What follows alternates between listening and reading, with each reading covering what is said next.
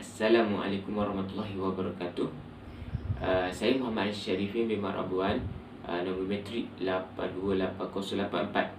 Hari ini saya ingin membuat satu pembentangan ataupun satu perkongsian tentang tajuk yang diberi oleh pensyarah saya sendiri, iaitu tajuk The Bobodol Experiment. Sebelum saya pergi lebih lanjut, saya akan terangkan bagaimana pengenalan ataupun lebih tepat kepada siapa pengasas dan bagaimana ia berlaku. Jadi pengasasnya adalah Albert Bandura. Ia lahir pada tahun 1925, dan teorinya yang diguna pakai adalah teori pembelajaran sosial. Okey.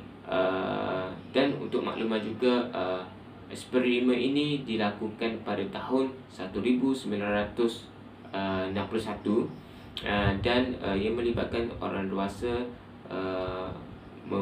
bertingkah laku memukul dan membelasah patung Bobodol, dan yang diperhatikan oleh kanak-kanak itu sendiri. Dan kanak-kanak itu yang terlibat adalah 36 orang lelaki dan 36 orang perempuan, dan umur kanak-kanak itu dalam 3 tahun hingga 6 tahun. Dan dalam eksperimen ini terbagi kepada 2 model. Model pertama adalah model yang tingkah laku yang tidak agresif. Kedua adalah tingkah laku agresif.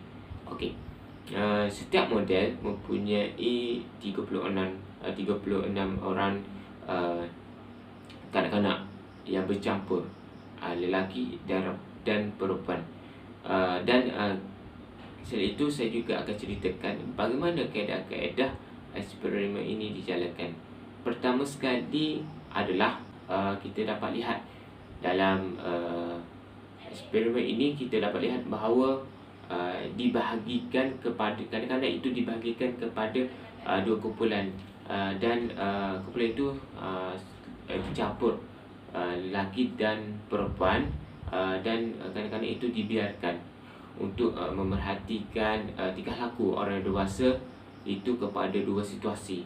Situasi pertama adalah memukul patung, itu bertingkah laku agresif, dan situasi kedua adalah memperlakukan patung itu dengan baik, iaitu tingkah laku yang tidak agresif. Dan pada peringkat kedua pula, kanak-kanak dihantar kepada satu ruang lagi, iaitu ruang dengan penuh mainan, dan pelajar itu diminta untuk berada di ruang itu, dan mereka juga diberi arahan supaya tidak menyentuh mainan-mainan yang ada di ruang itu. Hal ini kerana mereka ingin melihat kekecewaan dalam diri kanak-kanak itu. Dan setelah kanak-kanak itu berada di dalam ruang permainan itu, kanak-kanak dihantar kepada ruang terakhir, iaitu dilengkapi dengan lebih banyak lagi permainan-permainan dalam ruang itu. Jadi pada peringkat ketiga, kita dapat lihat bahawa dalam eksperimen ini, bahawa pemerhati menjalankan eksperimen ini, setelah 20 minit kanak-kanak ini berada dalam ruang permainan yang penuh dengan mainan, kanak-kanak diberikan ataupun setelah itu kanak-kanak diberikan ataupun diperbolehkan untuk bermain dan pekaji juga memerhatikan 2 kumpulan kanak-kanak itu bertingkah laku. Namun hal ini juga kita dapat lihat bahawa kumpulan model yang agresif mula memukul patung Bobodol untuk melepaskan kekecewaan ataupun untuk melepaskan geram mereka, dan itu adalah pada peringkat kanak-kanak lelaki. Dan pada peringkat kanak-kanak perempuan mereka lebih kepada melakukan ataupun melepaskan perkataan atau lisan yang kasar pada patut itu. Itu adalah pada kumpulan yang agresif. Apa yang mereka lakukan adalah daripada melihat model-model pada ruang ataupun tahap pertama yang melihat orang dewasa itu memukul botol.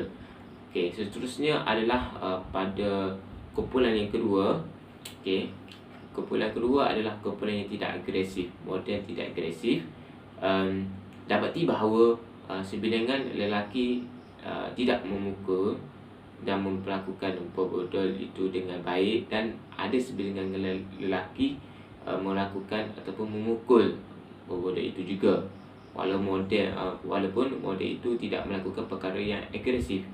Ini adalah kerana pergerakan lelaki itu mungkin terlibat ataupun pernah melihat agenda ataupun pernah melihat tingkah laku sebelum ini. Okey, dan kanak-kanak perempuan itu melakukan perkara ataupun tingkah laku yang tidak agresif seperti apa yang mereka lihat. Okey, jadi hal ini didapati bahawa kanak-kanak lelaki lebih bersikap agresif daripada perempuan, dan kanak-kanak perempuan apabila mereka agresif, dia tidak melakukan perkara yang menggunakan kekasaran daripada perbuatan, tetapi mereka lebih kepada menggunakan lisan ataupun perkataan. Dan kanak-kanak ini mudah untuk meniru apa yang lihat. Okey, hal ini kita dapat lihat dalam eksperimen Bobodol. Selain itu, kita juga dapat lihat terhadap kandungan utama dalam eksperimen ini. Pertama sekali, dalam eksperimen ini juga dikenali sebagai teori kognitif sosial dan mempunyai dua aspek, iaitu pemerhatian dan modeling. Dan Albert Bandura juga telah mencadangkan teori Albert sendiri, iaitu segitiga triadik yang mempunyai makna yang tersendiri. Kedua, sejak tahun 1970, terapi tingkah laku ini mula diaplikasikan dalam beberapa bidang seperti industri perniagaan, tempat pengasuhan kanak-kanak, hospital, dan institusi yang lain.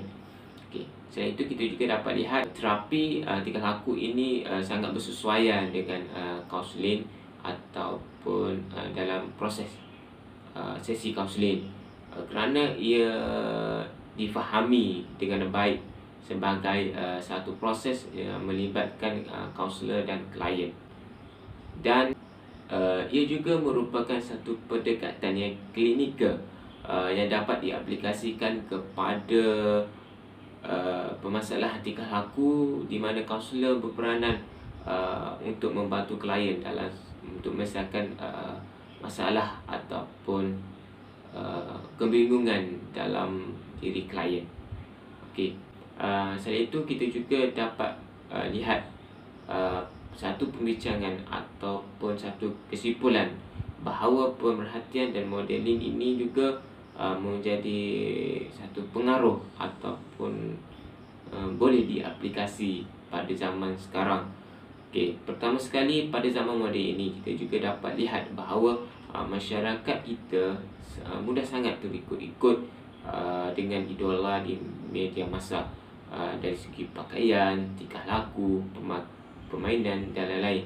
Seperti kita di setengah segelintir masyarakat kita melihat ataupun meniru pakaian-pakaian artis K-pop dan sebagainya.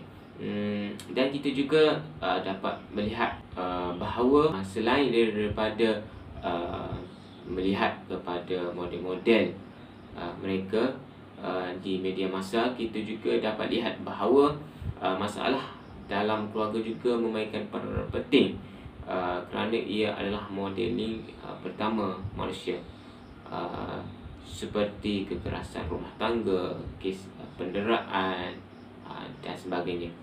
Selain daripada modeling negatif pada masyarakat, modeling yang positif juga mengubah tingkah laku kita untuk melakukan perkara-perkara yang baik.